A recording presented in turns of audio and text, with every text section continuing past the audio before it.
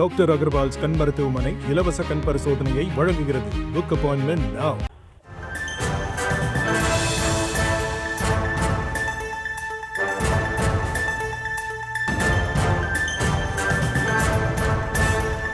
ஆம்பூர் கலவர வழக்கில் கிட்டத்தட்ட 10 ஆண்டுகளுக்கு பிறகு தற்பொழுது தீர்ப்பு வழங்கப்பட்டு வருகிறது. ஆம்பூரில் 2015ஆம் ஆண்டு நடந்த கலவர வழக்கில் தற்பொழுது நீதிமன்றம் தீர்ப்பு வழங்குகிறது. 4 வழக்குகள் பதிவு செய்யப்பட்ட நிலையில் முதல் வழக்கில் 26 பேர் விடுதலை செய்யப்பட்டார்கள். இந்த நிலையில் ஆம்பூரில் 2015ஆம் ஆண்டு நடந்த கலவர வழக்கில் தற்பொழுது தீர்ப்பு வழங்கப்படுகிறது. அது குறித்தான அண்மை செய்தியை பார்த்து வருகிறோம். விரிவான விவரங்களோடு இணைகிறார் எம்முடைய செய்தியாளர் நித்யானந்தன். முதற்கட்ட தகவல்களை வழங்கலாம்.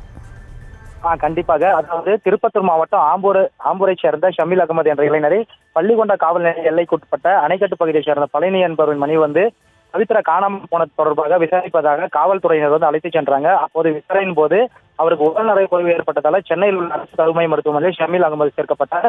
அங்கு சிகிச்சை பலனின்றி அவர் உயிரிழந்ததன் காரணமாக அந்த இளைஞர் காவலில் இருந்த போது காவல்துறையினர் தாக்கியதால் உயிரிழந்ததாக ஷமீல் அகமது வீட்டினர் குற்றம் சாட்டியிருந்தாங்க. இந்த நிலையில ஷமீல் அகமது உறவினர்கள் இஸ்லாமிய அமைப்புகள் ஒன்று சேர்ந்து பொதுமக்கள் என ஆயிரக்கணவர் ஒன்று கூடி தேசிய நெடுஞ்சாலையில் மறியல் போராட்டத்தில் ஈடுபட்டாங்க. அது மட்டும் இல்லாம அரசு வாகனங்கள், மதுமனக்கடை, தனியார் மருத்துவமனை உள்ளிட்ட அது மட்டும் இல்லாம காவலர்களை சேதப்படுத்தியதன் காரணமாக 134 பேர் மீது வழக்கு பதிவு செய்யப்பட்டது.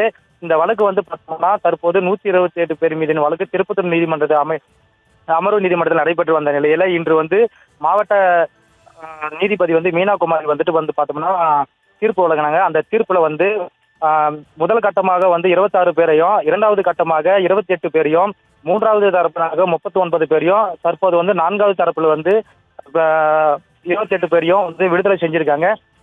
இன்னும் பார்த்தோம்னா 5வது தரப்புல இன்னும் பெண்டிங் இருக்கு. இந்த நிலையில இன்னும் சற்று நேரத்திலே யாருக்கு தண்டனை வழங்கப்பட இருக்குது என்று தெரிய வரும்.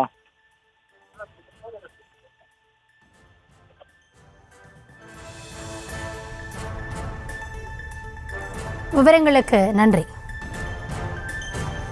டாக்டர் அகர்வால்ஸ் கண் மருத்துவமனை இலவச கண் பரிசோதனையை வழங்குகிறது. Book appointment now.